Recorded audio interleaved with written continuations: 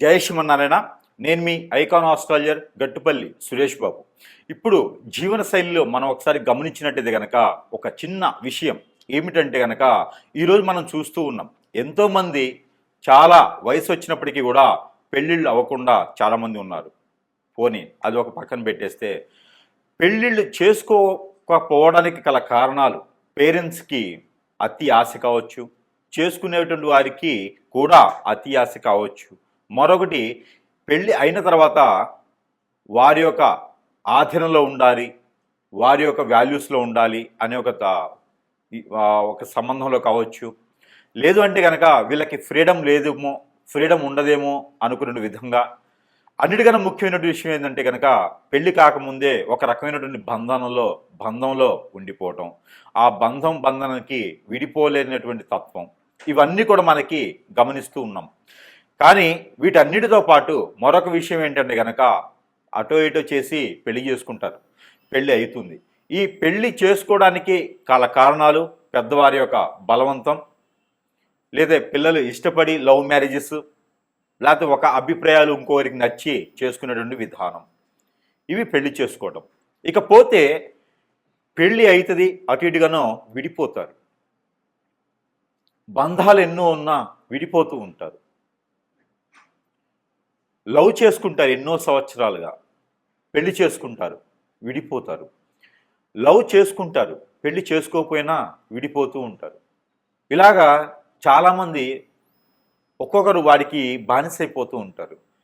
ఈ విడిపోయినటువంటి తత్వంలో చాలా రకాల కారణాలు ఉంటాయి. కులము, మతము, ఆస్తులు, అంతస్తులు, మనస్సు, వేరేక పరిచయాలు, అభిప్రాయాల భేదాలు, ఆదాయం, డబ్బులు, పేరెంట్స్ విషయాలు, వాల్యూస్, ఇవన్నీ కూడా మనం చాలా రకాలుగా తీసుకోవచ్చు.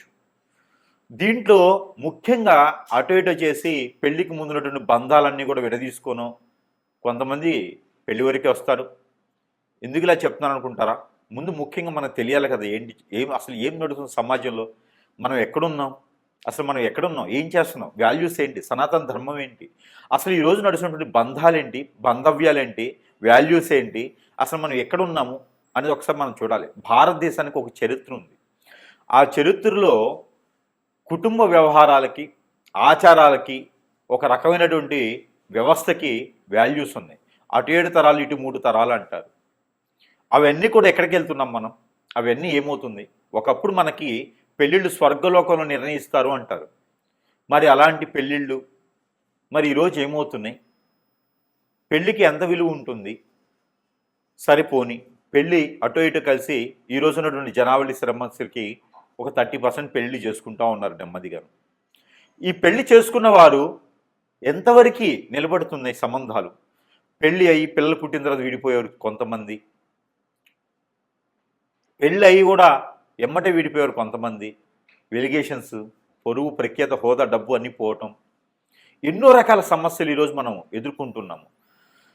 ఒక బంధం అనేది ఏర్పడిన తర్వాత దేవుడు నిర్ణయించినటువంటి బంధానికి భార్యాభర్తల బంధం, అలాంటి భార్యాభర్తల బంధాన్ని ఈరోజు మనము హేళన చేయటం, ఈరోజు మనము ఆ భార్యాభర్తల బంధాన్ని ఎక్కడికో తీసుకెళ్ళటం లాంటివి జరుగుతూ ఉన్నాయి. అలాంటి భార్యాభర్తల బంధం విలువ లేకుండా, మరీ గుప్తంగా లేకుండా, విచ్చలవిడితనంతో వ్యవహార పూరితమైనటువంటి విషయాలతోని వెలుగు తీస్తూ విడాకులు తీసుకోవడం, విడిపోవడం ఈ రోజుల్లో చాలా పెద్ద ప్రాషన్ అయిపోయింది. భర్త ఏదైనా ఒక మాట అంటే ముందు భార్య తరపునటువంటి పేరెంట్స్ ఒప్పుకోవట్లేదు. మా అమ్మాయికి ఏం తక్కువ, నీకుతో పాటు సంపాదిస్తుంది, ఆమెను ఎందుకు అనాలి, ఆవిడకో ఫ్రీడమ్ కావాలి. భార్య ఏమనంటే భర్త తరపునటువంటి తల్లిదండ్రులు ఒప్పుకోవట్లేదు. నా కొడుకు ఏం తక్కువ అండి, అమ్మాయితో పాటు సంపాదిస్తున్నాడు, పిల్లల్ని చూసుకునే అవసరం లేదు, మళ్ళీ కోటీసులు ఇచ్చే సంబంధం వస్తుంది. ఇలాంటి వ్యవహారాలతో తల్లిదండ్రులు కూడా ఆలోచించకుండా వారికి చెప్పకుండా ఉన్నటువంటి పరిస్థితి ఏర్పడుతూ ఉన్నాయి. ఇలాంటి విలువ లేనటువంటి సంబంధాల మధ్యన మరి ఈరోజు ఉన్నటువంటి జీవనశైలి ఎలా ఉంది అంటే కనుక, అసలు భార్యాభర్తల బంధం ఎందుకు విడిపోతున్నారు? ఈ రోజుల్లో ప్రత్యేకంగా ఎందుకు విడిపోవాల్సి వస్తుంది? అసలు కారణాలు ఏంటి? అసలు ప్రభుత్వాలు ఏం చేస్తున్నాయి? మన రాజ్యాంగం ఏం చెప్తుంది? అసలు ఈ జీవోలన్నీ ఏంటి? ఎందుకు తీసుకొస్తున్నారు? ఎవరి కోసం ఈ ఫ్రీడమ్స్? ఒకప్పుడు భార్యాభర్తల బంధం బాగలేదా అండి? మన వ్యవహార పూరికలు బాగాలేవా అండి? వారి జీవితకాలం బతకలేదా అండి? మరి ఈ రోజులు ఎందుకు ఎందుకు ఇలా జరుగుతుంది? అసలు ఏం జరుగుతుంది? ఎందుకు విడిపోతారు? జాతకంలో ఏమైనా తప్పులుంటే విడిపోతుంటారా? అలానే వీరి యొక్క నక్షత్ర ప్రకారంగా కంఫర్టబిలిటీ లేకపోతే విడిపోతూ ఉంటారా? వీరికి కంఫర్టబిలిటీ సెట్ అవ్వకపోతే విడిపోతారా? లేదా వేరే సంబంధాలు ఏమైనా ఉంటే విడిపోతారా? అసలు ఏ గ్రహము ఏ స్థానంలో ఉంటే ఇలాంటివి జరుగుతూ ఉంటాయి? ఒక్కసారి మనం ఆస్ట్రాలజీ పరంగా కొంత గుప్తంగా విషయాన్ని తెలుసుకునే ప్రయత్నం అయితే మనం చేద్దాము.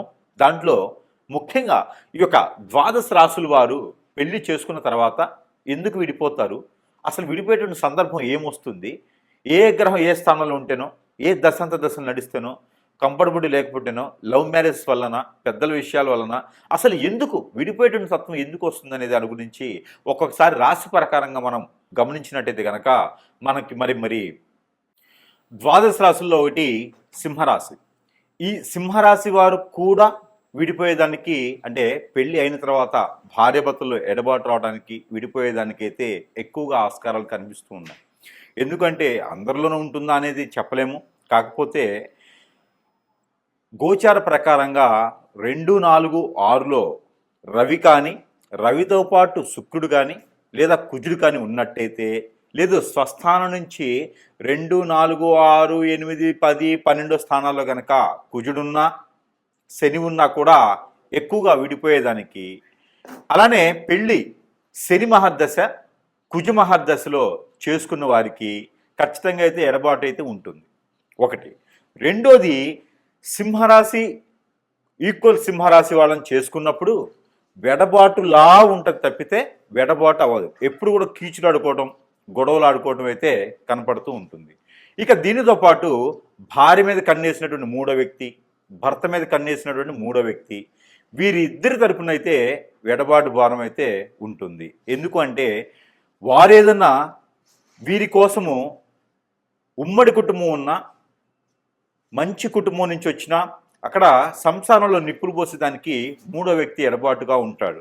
వారి వలన ఏదైనా హిప్నటిజం, వశీకరణం లాంటి చేపించేసి వారిద్దరి మధ్యన వెడపాటు భారం చేసి వీరి వైపుకి లాక్కునేలా చేస్తారు. ఇవి ఒకటి కారణాలు ఇవన్నీను.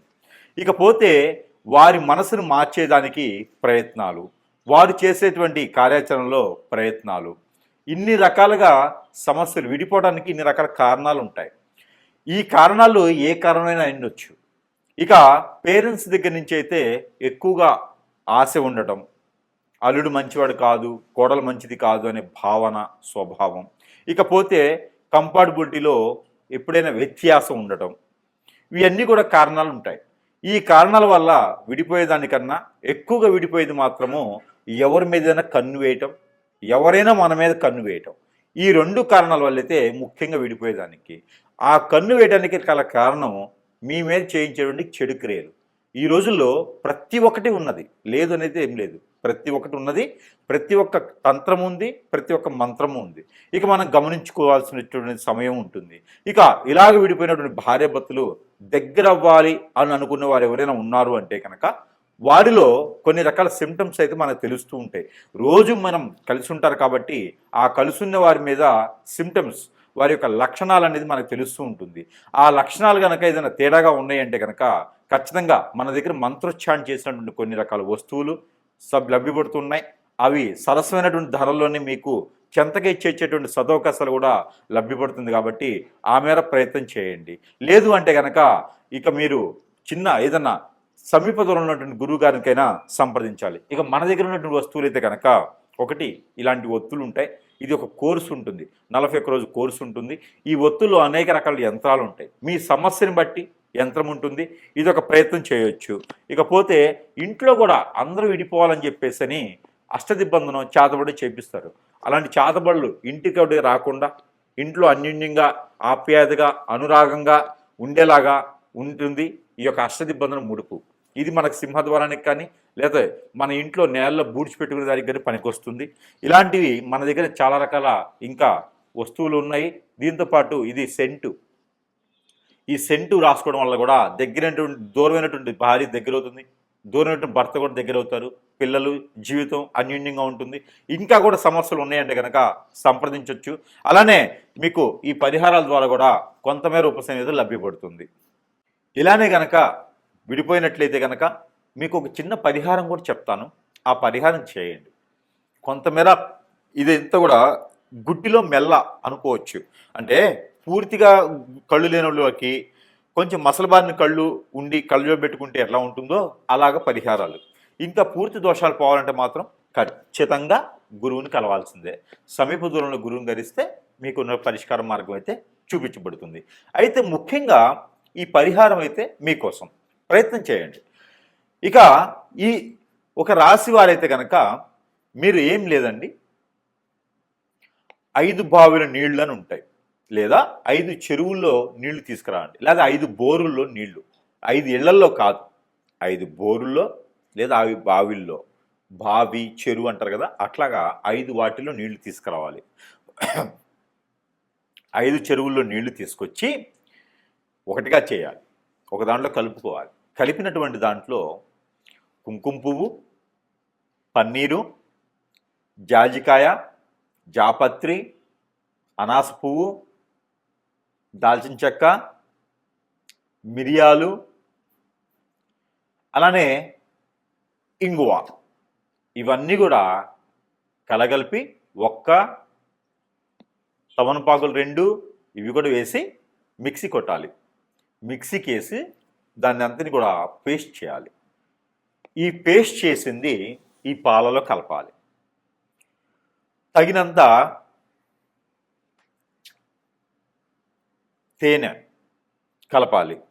కలిపినటువంటి మిశ్రమాన్ని ఎక్కడైనా సరే దానిమ్మ చెట్టు లేదా సీతాఫల చెట్టు లేదా వేప చెట్టు, రావి చెట్టు, ఈ 2 కలగలిపి ఉన్నటువంటి సమయం, అక్కడ స్థలం, వాటిలో గురువారం రోజున, శుక్రవారం రోజున సాయం సంధి వేళలో అభిషేకం చేసి మట్టి ప్రమిదిలో, అభిషేకం అంటే ఆ చెట్టు పాదిలో పోయటం, 3 సార్లు తిరుగుతూ పోయాలి. అలానే ఒక పసుపు కలర్ దారం కానీ, 7 పోగులు వేసినటువంటి వైట్ కలర్కి పసుపు రాసినటువంటి దారం కానీ ఆ చెట్టుకు కట్టాలి. 7 పోగులు 7 సార్లు తిరిగి చుట్టూ కట్టాలి. అది వేసి కనుక అక్కడ చెట్టు కింద మట్టి ప్రమిదిలో 2 ఒత్తులేసి ఆవు నెయ్యితో లేదా కోకోనట్ ఆయిల్తో దీపారాధన చేయాలి. లేదా నిమ్మకాయ తొడిమి ఉంటుంది కదా, అది నిమ్మకాయ తొక్క, అదే వెనక తిప్పేసి కోకోనట్ ఆయిల్ వేసి దీపారాధన చేయాలి. ఇలాగా 3 మాసాలు 3 సార్లు చేస్తే వారంతో సంబంధం, నక్షత్రంతో తిథితో సంబంధం లేదు. గురువారం లేదా శుక్రవారం చేయండి. మాసానికి ఒకసారి ఏం చేయండి. పౌర్ణమి ముందు వచ్చేటువంటి శుక్రవారం, గురువారం చేస్తే చాలా మంచిది. ఇలాగా 3 మాసాలు 3 సార్లు చేయాలి. స్త్రీ పురుషులు ఇరువురు కూడా చేయొచ్చు.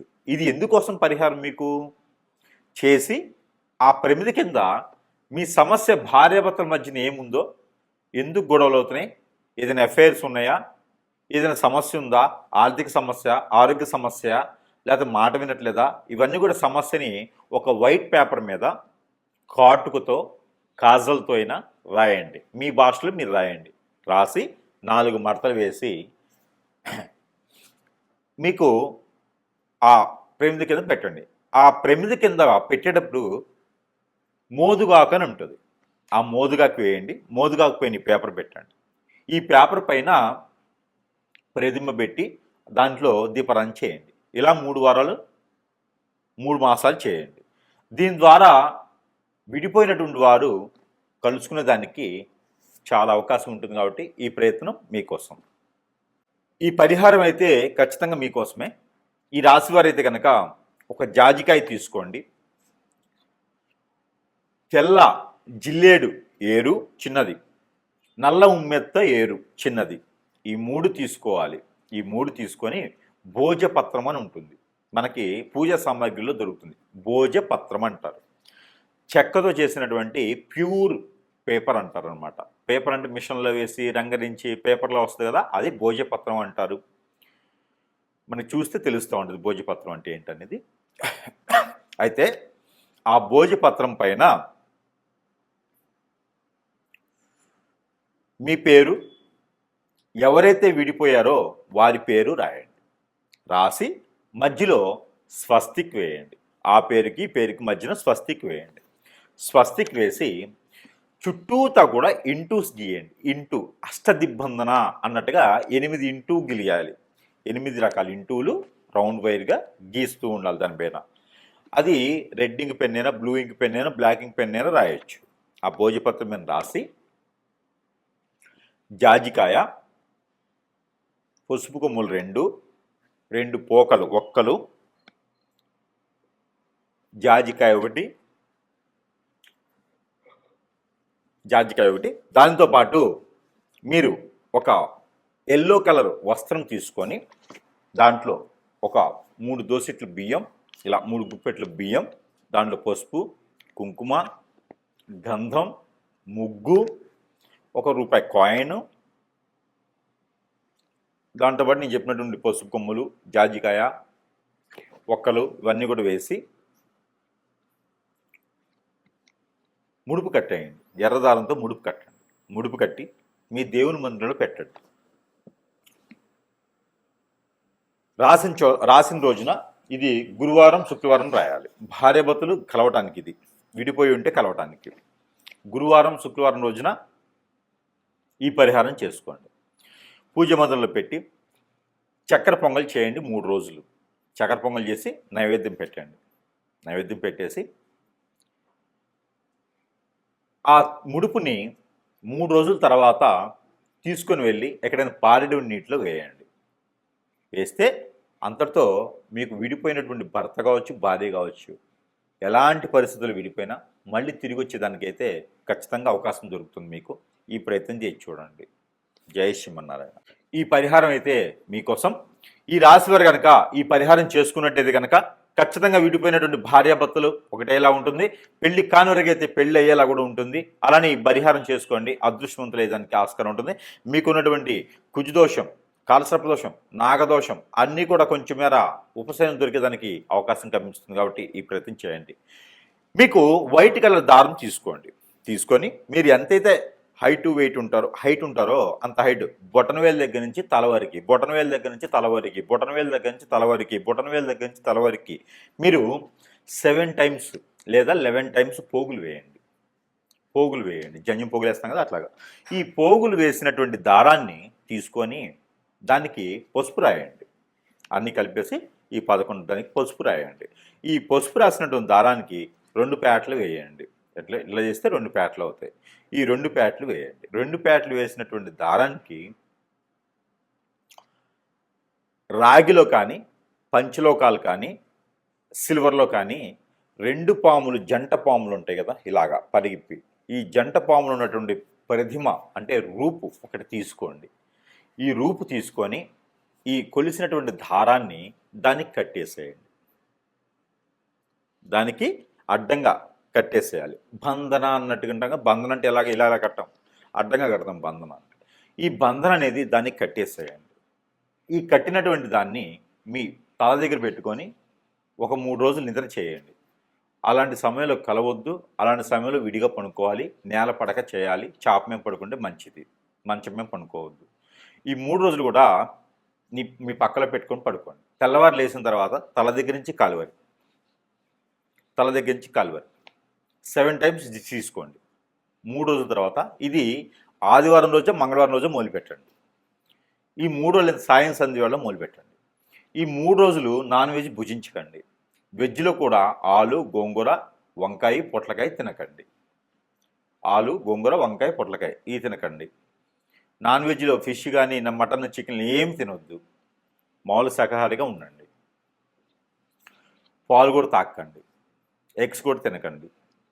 ఈ 3 రోజులు దీప నైవేద్యాలు పెట్టండి స్వామివారి దగ్గర. ఏ ఆలయానికి వెళ్ళే అవసరం లేదు, మామూలుగా అయితే వెళ్ళండి. ఇక ఈ ప్రతిమ తీసుకెళ్ళి ఎక్కడైనా మీకు పారెడు నీరు ఉంటే అక్కడ ఒక కొబ్బరికాయ తీసుకొని వెళ్ళండి. ఆ కొబ్బరికాయ కొట్టేసి అక్కడే మీకు చెరువు దగ్గరగా కొబ్బరికాయ కొట్టేసి ఆ నీళ్లు తీసేసి ఆ 2 చిప్పల మధ్యలో ఈ పడగ ఏదైతే ఉందో, రాగిది కానీ, పంచలోకాలు కానీ, సిల్వర్ కానీ తీసుకున్నటువంటి పడగ కట్టినట్టు బంధనం కట్టేసి మీ దగ్గర పెట్టుకుని పడుకుంటారు కదా, ఆ పడగ తీసుకొని కట్టేసేయండి. కట్టేస్తారు కదా, ఆ కొబ్బరి చిప్ప లోపల పెట్టేసేయండి. పెట్టేసి దానికి నల్లని దారం లేదా ఎర్రని దారం కట్టేసి దాన్ని మళ్ళీ ఫిల్ చేసేసేయండి. 2 అతికిచ్చేసి దాని లోపల ఈ నాగపడిగలది పెట్టేసి కట్టేసేయండి. ఆ కట్టినటువంటి కొబ్బరికాయ పారేడు నీటిలో కానీ నిలువున్నటువంటి కుంటలు వాటి ఉంటాయి కదా, వాటిలో కానీ వేసేసేయండి. వేయటం ద్వారా మీకున్నటువంటి దిష్టి దోషాలే కాదు, కాలసర్పదోషం నాగదోషమే కాదు, భార్యాభర్తలు విడిపోవడానికి ఎలాంటి సకల దోషాలు ఉన్నా కూడా ఇలా చిటికలో పరిశాపంచలు అవుతాయి. ఈ ప్రయత్నం చేస్తే మీ భర్త మీ దగ్గరికి వస్తారు, మీ భార్య మీ దగ్గరికి వస్తుంది. ఈ రెమెడీకి మాత్రం గురువుగారికి ఎంత ఇచ్చినా తక్కువే. కాబట్టి ఈ పరిహారం చేసుకొని మళ్ళీ విడిపోయినటువంటి భార్యాభర్తలు కలుసుకోవాలనిగా మనస్ఫూర్తిగా కోరుకుంటూ ఉన్నాను. చిన్న జీవితం బొగ్గుపాలు చేసుకోకండి. భార్యాభర్తలు ఎల్లకాలం కలుసుకునేలాగా ప్రయత్నం చేయండి. ఈ పరిహారం చేసుకొని అదృష్టవంతులు అవ్వండి. జై శ్రీమన్నారాయణ. ఈ పరిహారం ఈ రాశి వారు చేసుకున్నట్టయితే కనుక ఖచ్చితంగా మీకు విడిపోయినటువంటి భార్య మళ్ళీ రావాలని మనస్ఫూర్తిగా ఉందా, ఈ పరిహారం చేయండి. విడిపోయినటువంటి భర్త అతనే కావాలని మీకు అనిపిస్తే కనుక ఖచ్చితంగా ఈ పరిహారం చేయండి, వచ్చేస్తాడు. ఏమిటంటే ఒక రాగి పాత్ర తీసుకోండి, చెమ్ము, గ్లాసు, పాత్ర ఏదైనా తీసుకోండి. తీసుకొని దానిపైన మూత ఉంటుంది కదా, ఆ మూత కింద పెట్టండి. సింహద్వారానికి లోపల నుంచి బయటికి వస్తూ ఉంటే రైట్ సైడ్లో ఉండాలి. బయట నుంచి లోపలికి వెళ్తుంటే లెఫ్ట్ సైడ్లో ఉండాలి. గడప పక్కన ముందు అంటే మనం బయటికి వెళ్ళే దారిలో గడప పక్కన లోపల నుంచి బయటకు వస్తుంటే రైట్ సైడ్. కింద ప్లేట్ పెట్టి దానిపైన భోజపత్రం లేదా మోదుగాకు అంటారు కదా, మోదుగాకు వేయండి. మోదుగాకు పైన మూత పెట్టేసేయండి. చిన్న ఇట్లా పెట్టేసేయండి మూత ఎలికల. దాంట్లో పాత్ర, గ్లాసు, చెమ్ము ఏదో ఒకటి పెట్టేసి దాని లోపల నీళ్లు వేయండి. నీళ్లు వేసి దాంట్లో మందార పువ్వు ఒకటి, రోజ్ పువ్వు ఒకటి వేయండి. ప్రతిరోజు నీళ్లు మార్చండి, పువ్వులు మార్చండి. దాంట్లో ఒక జాజికాయ వేయండి. మిరియాలు ఒక 4 వేయండి. తెల్ల ఆవాలు ఒక 4 వేయండి. మెంతులు ఒక 4 వేయండి. ఇవి వేసిన నీళ్ళు అక్కడ పెట్టేయండి. ప్రతిరోజు కూడా ఉదయించే సూర్యునికి నీళ్లు ఆజ్ఞనివ్వండి. ఇది వేరు, ఇది వేరు, 2 చేయండి.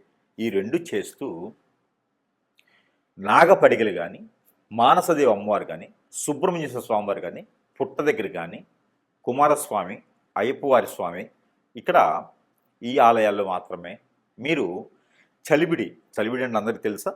తెలియకపోతే బియ్యం పిండి, బెల్లం కలిపినటువంటి బియ్యం పిండిలో సజ్జలు ముందు రోజు నానబెట్టి, 1-2 గుప్పెళ్ళు సజ్జలు నానబెట్టి అవి ఒక వస్త్రంలో, కాటన్ వస్త్రంలో కడితే చిన్న చిన్న మొలకలు వస్తాయి. తెల్లవారిన తర్వాత 4 గంటలు నానిన తర్వాత కడితే మొలకలు వస్తాయి. ఆ మొలకలు వచ్చినటువంటి సజ్జల్ని ఈ చలివిడిలో కలపండి. బియ్యం పిండి, బెల్లం కలిపినటువంటి పిండిలో కలిపేసి అక్కడ స్వామివారికి నైవేద్యం పెట్టండి. ఏ సమస్య అయితే భార్యాభర్తల మధ్య ఉందో ఆ సమస్య విడిపోవాలని. ఇవన్నీ కూడా మీరు ఒక 21 రోజు చేయండి. ఖచ్చితంగా విడిపోయినటువంటి భార్యాభర్తలు ఖచ్చితంగా కలుసుకుంటారు. ఇలా చిటికలో అయిపోతుంది. కోర్టు వరకు వెళ్ళినటువంటి సమస్యలు కూడా పటాపంచలైపోతాయి. ఈ ప్రయత్నం చేసి చూడండి. జై శ్రీమన్నారాయణ.